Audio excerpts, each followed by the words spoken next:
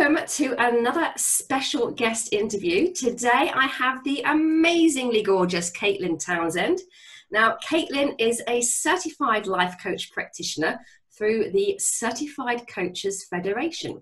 She has 3 years of professional experience coaching and is the recent founder of Abraham's Fortune Wellness Center, which began as a way to provide coaching services throughout the COVID-19 pandemic, so very relevant. Now, Katelyn has a master's in Theological Studies and a BA combined major in Psychology and Sociology. She was born and raised in Ontario, Canada, where she resides with her dog Caspian, who you may just glimpse at the back, who is named after the book Prince Caspian in her favourite series, The Chronicles of Narnia, written by good old C.S. Lewis. Now, she is passionate about personal growth and the process of rebuilding in life, and it is her mission to help others understand their unique value and potential in ways that allow them to live enriched lives. Now, I am absolutely thrilled that she has very kindly agreed to have a chat with me now to share a bit more about her journey. So Katelyn, welcome, welcome, welcome. Good to have you on. It's good to be on. Thanks for having me. Absolute pleasure, my lovely. So just tell us a little bit more about you. How did you get to be to where you are now? So there's kind of 2 pieces to that. So I'll start with how I became a life coach. So I had a pretty rough upbringing, actually, and I went through a lot of dark times. I went through some sexual abuse that unfortunately a lot of men and women face in life. My parents got divorced, which was a little bit hard on me.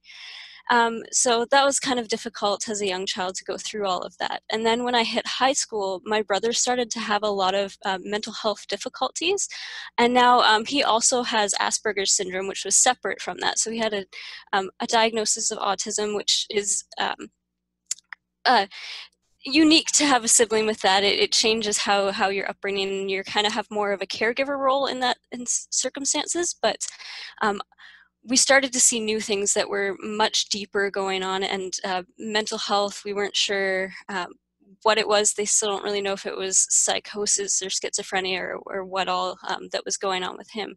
But it ended up getting a lot of abuse was going on, physical abuse and psychological abuse, and it was just getting really dangerous, and eventually we had to kick him out of the house because it just was not safe for us. So that was really hard to go through. Nobody wants to see their brother get kicked out, especially at such a young age. And shortly after that, he actually ended up in jail for first-degree murder, which was a really heavy time for our family. And he was still a teenager at the time as well. So very young for your whole life to be shifted like that and to be defined by that, really. So at the time, when he got arrested, I was actually taking my psychology degree and my sociology at the double major, and I couldn't do it at the time. I was like, I don't know if I want to be in psychology. Like, I want to help people, and initially I was training to become a counselor. I didn't know life coaching existed back then. And I didn't want what was going on in my personal life to also be my professional life. Like, I wanted to kind of have a breather professionally rather than it be the same thing. So I didn't know if I could actually go into the field of psychology. So I took a semester off of psychology and gave myself some time to digest and to figure out what I wanted to do. And I decided that I would finish the degree and go through with that. And I wasn't sure if I was going to do counseling, but I wanted to see what I started through.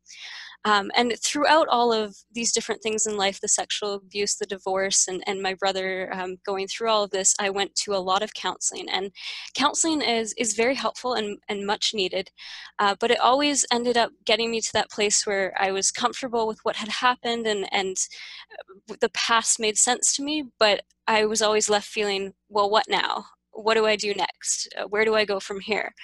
And there wasn't really that moving forward piece that you find in coaching, which I'll get more into later on. But yeah, so I was always kind of left, well, what do I do now? And it left me feeling incomplete with the process, even though counselors would be like, well, there's nothing more I can do for you, because their training, they had done what they are trained to do, which was get me comfortable with my past. So when I heard about coaching, I was just ecstatic and over the moon about it. And at that point, I had already had my degree finished, so I went and I got certified right away because I wanted to be able to give people that piece of the puzzle that I never had, which is the rebuilding and where do you go from here, and how do you leverage, use your past to leverage the future, and make a more positive future, rather than letting those things, even though you might be comfortable with them, still kind of define you, and to break that definition and to redefine what your future is going to be. So that's how I became a life coach, and I've been doing it for over 2.5, almost 3 years at this point. So the second part of that is, why did I start up Abraham's Fortune? So that's very recent, and it happened because of the COVID pandemic, and I wanted to be able to continue to meet with clients from home, and the setup that I had with the organization that I was working with did not allow me to do that. So I needed a way to help clients through, especially with adjusting to the pandemic. And it's so different and such a unique thing that we've never seen before. So to help people kind of feel normal in that, and to rebuild and to build a normal in the abnormal, if that makes sense. And the reason that I started Abraham's Fortune Wellness Center, I actually specialize as a spiritual development life coach as well, and how to bring faith into your life purpose, and faith of all different kinds. I've worked with several different kinds of faith. So this idea behind Abraham's Fortune is that 3 of the world's major religions all see Abraham as kind of a patriarch, and I wanted to have a place where different faiths could feel comfortable coming together and dialoguing together in a healthy way, rather than fighting one another, but to just be like, well, this is what I believe, this is what I believe, and just to kind of have that dialogue, and to focus on similarities rather than differences, and connecting and respecting those differences. So that's why I went with Abraham's Fortune. And Abraham's Fortune being that idea that in Islam, Judaism, and Christianity, there's all this idea that Abraham was promised by God or Allah that he would be the father of many nations. So followers of these faiths are the outcome of that promise. So we are the fortune that was promised to Abraham. So that's kind of where the name comes from. Awesome, cool. And it's so necessary to take stuff online now. I mean, particularly with the pandemic, but I think generally anyway, just the way the world seems to be moving, and being able to help more people if you can get online. Yeah, for sure. And to have that reach that you can meet anywhere, rather than having to come to where your location is. Yeah, that's awesome. So just tell us a little bit more about life coaching. You know, what is it, and how can it help people? Okay, so life coaching is definitely that forward-moving piece, and that building your future and wanting to create something new. So counseling kind of gets you to a place where you're comfortable with your past and you're comfortable where you are. And coaching is sort of the other side of that. So it's when you're not comfortable where you are, well, how can we get you to a place where you're comfortable? Or if you are comfortable, how can we get you to a place where you're thriving even more and succeeding in ways that you're not currently, and to always be growing and getting that somewhere new, and just building up what you want in life. So it involves a lot of goal setting, encouragement, accountability, and it's just having someone to partner with, so that you're not doing that alone, and you're walking with someone alongside you to help guide you through that, and to help with things like perspective. When you hit a roadblock, you don't want to see it as something that's blocking you. You want to be able to see it as an obstacle to be overcome. So life coaching helps you kind of shift your perspective with things, and it just gets to have another person's perspective, you're always going to see things that you're not, so it helps with that as well. And sometimes it's about not necessarily building in life, but about rebuilding, because something has shifted and maybe fallen apart. So it's not necessarily starting at ground level, but maybe even having to redig and rebuild a foundation. So there's that as well. Okay, fantastic. And I mean, like you said, having someone there to hold your hand along the way is so important. I think it's really, really important. And I think a lot of entrepreneurs or single business owners who are trying to do it all themselves in particular, they get to a stage where you feel, if you're working alone all the time, you start to feel really alone. I know a lot of friends of mine who are in that sort of similar situation, and it can just cave on you. And just having someone there like yourself just is invaluable support to my mind. So that's awesome. How do you help people to sort of find out what their life purpose is? Because I think for a lot of people, certainly for myself included for a while, there's that kind of, what do I do? What do I want to do? What am I passionate about? I need some clarity on my life purpose. So how would you go about helping someone to find that? Yeah, so I think that really starts with helping them learn how to get to know yourself better. And I think that's something that has a society we've not necessarily done very well in recent years. And we kind of focus on what we can do and not who we are. I think that's kind of where society tends to place the focus. So to learn who you really are on that deeper level, and sometimes outsiders can just see things that you can't. So having that other perspective again, and I as a coach can sometimes pick up, actually, this is one of your like greatest strengths, and you don't even realize that you're strong in this area. So kind of being able to explore some of those things that I can see that maybe you as an individual can't see, and teaching you how to see that in yourself as well. So ultimately with coaching, the goal is to have you be able to coach yourself so that you don't necessarily need a coach as well. So being able to pick up those different habits that you can see in yourself, your strengths, your weaknesses, and to be aware of those things and to raise awareness so that you're mindful of them and mindful how they interact with your day-to-day life. So there is that guidance in getting to know yourself better as well, with different things like retreats, reflecting back on your life and different things that have happened and where your passions might be popping up in different ways that you might not necessarily see them as passions, but looking back to those times when you felt most alive in life, and identifying what it was, what thread in those different times follows through, and that usually comes back to your purpose. And sometimes it's just like, sorry, I didn't. That's all right. Okay. Sometimes it's just like journaling what you're thinking about every day, and then looking for trends in that as well, and to see where you're putting your time and your focus and your energy. And unfortunately, people don't like this part about finding your life purpose, but sometimes it is just a lot of trial and error and testing different things until you find that sweet spot.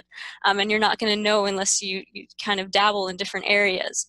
Yeah. And another really, really important part is being honest with your wants and desires, instead of focusing on the shoulds or the musts or the need tos or those different things that have been placed on you sometimes by other people.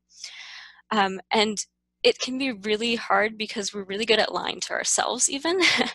So having a coach, I can provide tools to actually get to that truth. And I have different training in areas that I'll see things come up that might be kind of hidden truths that you're kind of locked away from yourself, because we like to lie and lie to ourselves and think that I'm doing this because this is like what I should do, but you're doing it because, it's what I want to do, but it's not actually what your actual want is. So being able to dig through some of that and get to the heart of it, really. Yeah, I think this is really interesting because we're kind of brought up with this, we mustn't be selfish, we must put others first, and we mustn't brag about what we can do. And we're kind of, certainly in the UK, we're kind of brought up with this. And I think as a result, a lot of people struggle later because when you say, you're really good at such and such, and they go, I'm okay. And you're like, no, you're really good. They really downplay it. And this whole doing what we feel we should be doing rather than what we want to do all boils down to are we being selfish if we do what we want? So I find that really, really interesting. And it's something I struggled with as well. I was trying to find out what I wanted to do. I can remember I had to make a list of stuff I was good at and stuff I enjoyed, and another list of stuff I enjoyed doing, and then sort of combine the two. I had to go and ask people because I found it so difficult to say, I'm really good at that.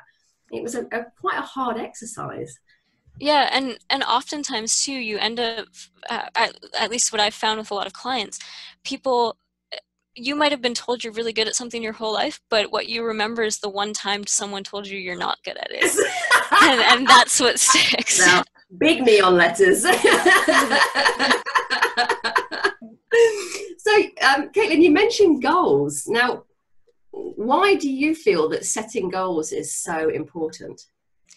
So goals are what turn your vision into your reality. Um, Without goals, everything's kind of in that far off future, and you're constantly chasing after it, and you're never actually gonna catch it because it leaves it in the future and at a distance. And I think people do this because it feels safer, because then it's always a possibility to happen. And we have this mindset that if we start to head towards it, if we fail, it's not going to happen. But that's not what failure is. So I think it comes back to having this we need failure in order to get to that success. And people are afraid to actually set those goals and try and see them through because they're afraid of failing those goals. But if you fail it once, it doesn't mean that it's still as far in the future as if you had never tried. Like, it's, if you start chasing that goal, failing isn't going to put it into the past. And one thing that I've seen with a couple of different clients that I've had, it's not necessarily the norm trend, but there'll be people who have at some point tried to chase after their goals and wanted to get to those dreams and created a step-by-step plan to get there. And then it does fail and it falls through. So what they do, rather than get up and try again, is they put it on the back burner. So they see it as in the past, but then they come and we're doing work and it comes up and we're like, well, why don't we start heading towards that goal again in a new way? And what was past once again becomes future. So goal setting is a way, stepping stones to actually get to that future rather than it always staying far off. And if we create a healthier dynamic around failure, even when things are what we would perceive as being in the past and I can't achieve that goal anymore because it's already in the past, it can become your reality within the future. And I really like this one quote that I'm just going to read right now. Hearts of gold are built on the acknowledgement of defeat, but the refusal to live in that defeat. Oh, I like it. Who is that by? It's a quote that I used once, and I liked it, so I wrote it down because I was like, oh, it was one of those moments that I was surprised it came out of me. So it's me, it's mine. That's lovely. I love that. Cool. Do you also find, I know you've mentioned about people's fear of failing, which is a very, very common fear, but do you find that sometimes there's like a hidden fear of success as well? And that if they set a goal and then they succeed, there's some kind of, how will life change? You know, ooh, I don't know about that. Mm-hmm. And I think that has two parts to it as well, because there is that fear of like, how are people going to perceive my success? But there's also that fear of, well, if I succeed, what do I do next? And instead of getting there and then deciding at that point, what do you want to do next? There's that, well, I don't know what I would do if I don't actually have this thing, because I focus so much time and energy on this dream that if it becomes my reality, well, what do I focus my time and energy on, because I've already done that? So there's that fear of, I guess, letting your dream define you is really what you're doing in that instance. Well, that's a great way of putting it. Yeah. So who would be your ideal sort of client? Someone who wants to grow. Anyone who wants to grow. If you don't want to grow and be challenged, life coaching is probably not for you. And someone who puts in the work to actually get the results, because sometimes you end up with people who want to talk about doing the things but not actually sit down and put in the effort that's going to get you to where you need to be.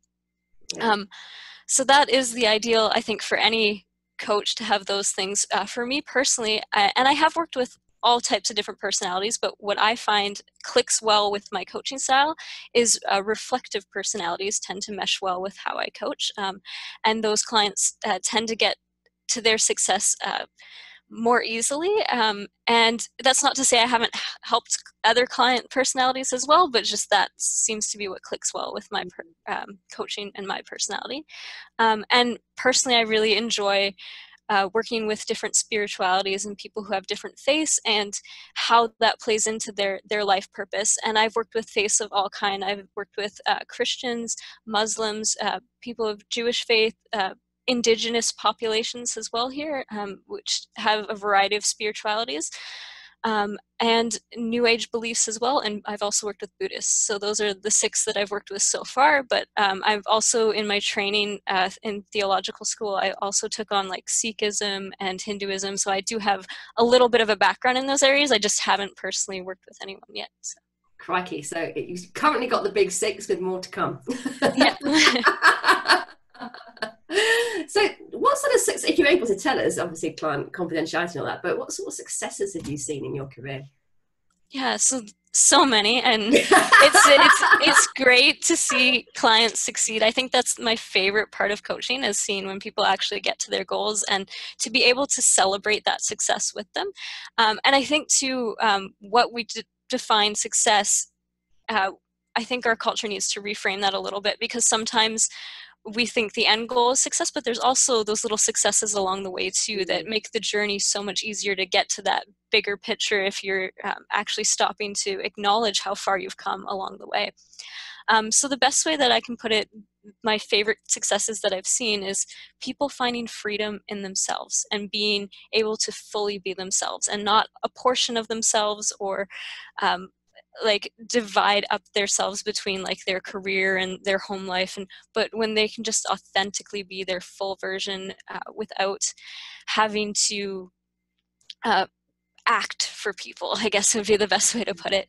And I've helped clients heal from the loss of loved ones. I've done that a lot in a couple of cases, especially with widows, because with your life purpose in that, when you lose your partner, you're losing a part of you and a large part of your role in life. So it's, how do you reframe your purpose when that person is gone, and how does that shift? Because oftentimes it does shift your life purpose and how it plays out in your life. Especially, I've also worked with a lot of mothers who are now empty nesters, and that changes your purpose as well, right? And you're still a mom. You're always a mom once you have kids, but how that role plays out and how that purpose looks is going to be vastly different once the kids are not actually at home. So that's another thing that I've seen a lot of success with clients, reframing how that plays out, not just in how they mother their kids at that stage, but also what do they do with all this free time now, and finding their passion and how it can play out in their lives today. And sometimes that's going to look different than how they might have thought, especially if you ended up leaving the workforce to be a stay-at-home mom.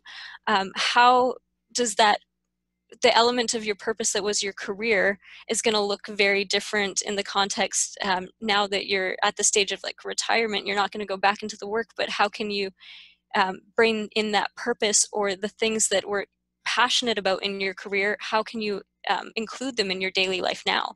So I've seen a lot of success with clients learning how to do that as well.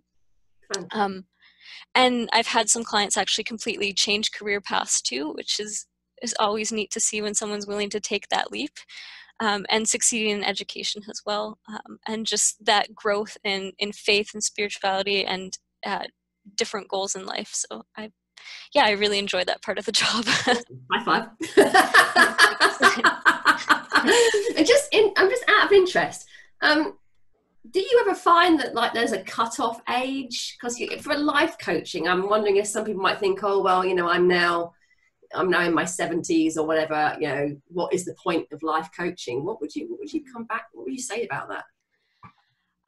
It really depends on the individual, because some people at that age, they've kind of done their time. They don't really want things to change. They just want to enjoy it to the end. And that's great. And if that's you, then that's you. But there are definitely those personalities. I have had clients in their 80s, and they really want to keep going and keep growing. And it also depends as to what's going on in their life. So I do family coaching as well. And if your family dynamics are shifting at that age and you're part of that, depending on what circumstances are around you, like you might be elderly, but if you lose your grandchild to something like cancer, that's going to shift, and you might need to come for some kind of coaching to grapple with all of that. So some of it is just that personality type that they just want to keep growing, and some of it is life circumstance that kind of brings you to that place of, I might be older, but you know what, I can't, this is impacting my life in some way, and I'd like to work through it. Awesome, thank you. So what are your plans for the rest of the year, Katelyn? Yeah, so I'm going to be releasing a podcast soon, which is really exciting. And it's going to be available on YouTube, and it's called Fortunate Faith. And it's just about different ways that people incorporate their faith in their day-to-day lives. So I'm really excited about that. And I'm looking to include different faiths as well in that. So I'm pretty excited to be working on that project. I've already filmed the first one and just working on the edits and everything for it. So that will be released by the end of the month. And I'm also going to be releasing an ebook for students who are having to study online in the upcoming semester. And I actually did my full master's online, so I feel like I have a lot of knowledge in how to take online classes and how to best utilize your time with that. And it is very different from taking classes face-to-face. Now, there's been a lot of feedback in the media as to whether or not it's better to be in class. There's a lot of pushback against online courses, and I think they can actually be, in some ways, very beneficial for different learning styles, depending on what your learning style is. But if you approach it right, I think is the main problem. So I don't know what things are like where you are, but so everything is shut down for schools here, and everything's online for the fall. So all the colleges and universities. So I'm hoping to help people with that, and that will be released soon as well, probably early September for that one. Fantastic. And with life purpose work,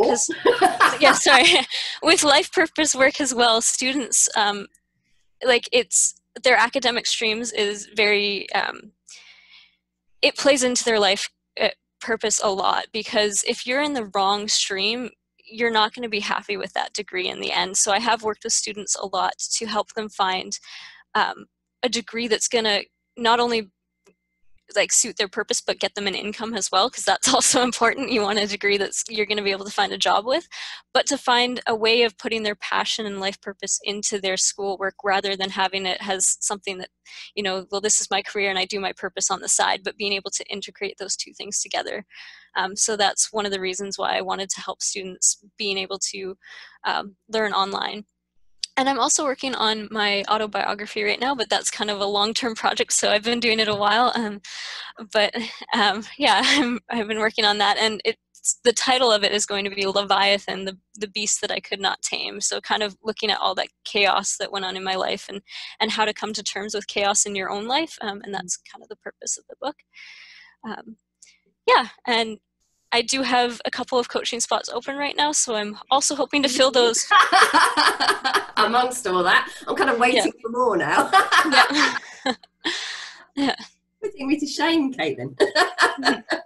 It's interesting, actually. Thank you for sharing some of your history. It's quite interesting because my other half's younger brother is autistic. So although I haven't been involved when they were younger, I kind of heard the stories and getting the medication right, and when it wasn't right, the kind of things that could happen. So it does create a lot of stress and pressure on a family. So yeah, and it's just a different way of having to organize as a family, I think. So in terms of like a lot of kids who are autistic will only go to certain restaurants even, and little things like that people don't realize you have to kind of shift, and your schedule is sort of around them. So learning how to create a place where they can thrive as well in that. Yeah, that's fascinating. Oh, thank you so much. So Katelyn, love, I do have some links which I will put in the comments so people can get hold of you, but just throw a few web pages at me where people can go to find out a little bit more right now. Yeah, so there is my website, which is www.katelyntownsend.weebly.com, and Katelyn Townsend is spelled K-A-T-E-L-Y-N, and Townsend is T-O-W-N-S-E-N-D. And then on YouTube, I'm Katelyn Townsend Life Coach Practitioner, which is the same for Facebook as well, which again is Katelyn Townsend Life Coach Practitioner. And then my Instagram handle is at Katelyn_Townsend_life_coach. And then I also have Twitter as well, which is Katelyn Townsend Life Coach Practitioner, and my @ for that is coach_Katelyn, underscore after Katelyn as well. Mm-hmm. And my TikTok is at Katelyn_Townsend_. And people. Yeah. And if you Google Katelyn Townsend life coach, I'm sure you will find me. So that might be an easier way of doing it. How are you? What sort of stuff do you put on TikTok? Just out of interest. Just little clips. I haven't posted much on there recently, but usually, like I did a series on prayer tips, so different ways to enhance your prayer life. I've done little clips on just motivational, get you through the day type of, if you need a little boost, clip. So. Love it, love it. So, like I said, I will put all the links down in the comments. So don't worry if you didn't catch all of that. You can just have a look in the comments section and get hold of Katelyn. She's everywhere. You're gonna have no problems finding her. So, Katelyn, love, I know you've got a couple of little things to end with. Do you want to tell us a little bit more about what we're going to do? Yeah, so I was just going to challenge everyone to, for the next week, commit to, it's only going to be 20 minutes a day, 10 minutes in the morning and 10 minutes in the evening.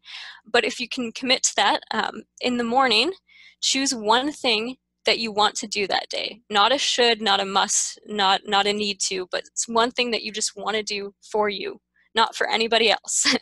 So choose that one thing and then think about how you want to show up in that activity. And choose a word that captures kind of the essence of how you want to show up in that. And commit to doing that thing and showing up that way when you do it. But this word that you've chosen is also going to be your value for the day. So in everything you do that day, trying to show up in regards to this word. So you can choose like a word like courage, strength. If you want to show up in a way that's just self-loving, different things like that, whatever value you want, to try and make that your value for how you interact with the world that day. And then in the evening, you're going to take those 10 minutes in the evening and reflect on how showing up the way that you did, whether it matched that goal or whether it didn't match that value, but how showing up the way you did impacted your day, and being honest with whether or not it actually matched that value or not as well. And consider what you would like to shift in the future and in different days, and how you're showing up in those circumstances, and how showing up the way you do impacts the different dynamics of what you're doing throughout your day. And then you're going to make a note of one very specific thing in particular that you will approach differently tomorrow. It can perhaps be an interaction with someone in specific, like maybe you didn't like the way you interacted with your kids or your spouse that day, or maybe you didn't like the way that you approached work that day, or maybe it was you got angry in traffic driving somewhere. Those little things, just choose that one specific thing that you want to shift in the following day. And yeah, just see where that takes you, and commit to doing it for a whole week, 10 minutes in the morning, 10 minutes in the evening, and see what comes up for you. And different things will come up for different people, but hopefully it'll help start to slowly shift things in your life. Yeah, fantastic. So we're coming back to my favorite word, people. Notice. Yeah. Notice how things are going and how you're reacting. That's awesome. And I know you've got a second. Oh, sorry, go on. And I just want to point out too, so I do offer PDF books on my website as well that people can purchase. And this specific activity is a simplified version of the activity Finding Your Purpose in the Current Season, which can be found in the book Corona Vibrant, which I actually created to help people adjust to the Corona pandemic. So if listeners would like a copy, not of Corona Vibrant, but of the one activity from it for free, they can email me to get the more in-depth version of that activity. Oh, fantastic. Do you want to just give us your email address? Yeah, so it's Katelyn.Townsend93@gmail.com. Fantastic. I will put that in the comments as well. That's awesome. Thank you. And now I know you have something else special for us. Yeah, so I have a guided meditation, and I will go through it, and it's just an activity. It's called What's in the Box, which is kind of a play at the movie Seven, but so we're gonna explore some boxes, but they won't be, hopefully not like that for you. But yeah, so it's a guided meditation. So get into a comfortable position, and I don't know, Claire, if you want to follow along, or if you yeah, want I love okay, meditation. awesome, all over it. Awesome. So get into a comfortable position where you feel relaxed. You may wish to close your eyes. Take a deep breath in, slow, deep breath, hold, and release. Center yourself and breathe in again, nice and slow. Hold and release. You find yourself in a wide open space. Before you are 3 boxes, lined up neatly in a row. You slowly walk up to the first and open the lid. Inside, you find something that helps you to be your freest and truest self. What item or items do you find inside? What does it say about you? How does it enable you to be a freer version of yourself? You notice you have a bag. It's similar to Mary Poppins' bag or Hermione's bag in Harry Potter. You can pack anything you like into this bag. You take this bag and you pack what you found inside the box inside to take it with you. Moving forward, you carry this item in your bag with you up to the second box. Opening the next box, all of the shoulds, musts, and ought to burst out all around you. What kinds of things have popped out of this box? Who do these things belong to? Where did they come from? You gather each of them and place them back inside the box, one by one by one. Once you have gathered each and every item and put it back inside the box, you seal it shut and tape up the box. Pushing it far away from you, you distance yourself from each of these things. Saying goodbye to them, you walk up to the next box and open it to find that your joys and contentment come flowing out. What kinds of things come bubbling up out of this box? How can you embrace these things more often in life? What do these things say about who you are as an individual and what your unique purpose may be?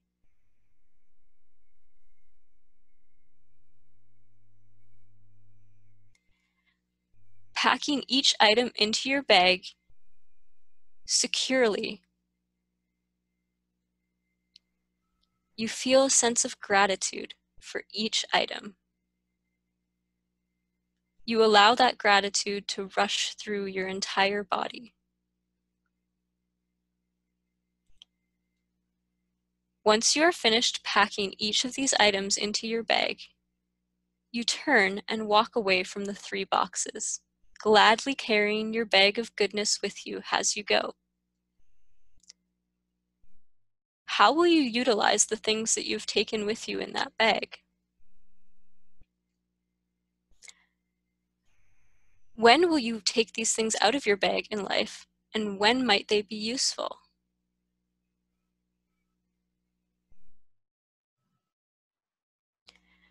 Looking around you, you are ready to embrace what comes next. When you are ready, open your eyes and come back into the room.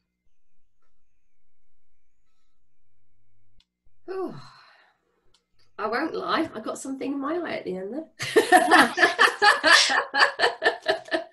That was really good, thank you.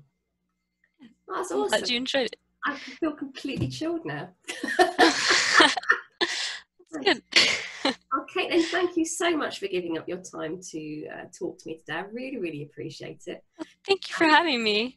It's been so much fun. So like Katelyn was saying, head over to her website. There is, or give her an email if you want to get the free PDFs, or there is other good stuff on the website if you want to find out a little bit more. And again, I'll put all the links at the bottom. So Katelyn, thank you once again. I appreciate you. I appreciate your time. Thank you. See you again very soon. Yeah, sounds good. Take care. Thank you. Yeah. Bye-bye. Bye.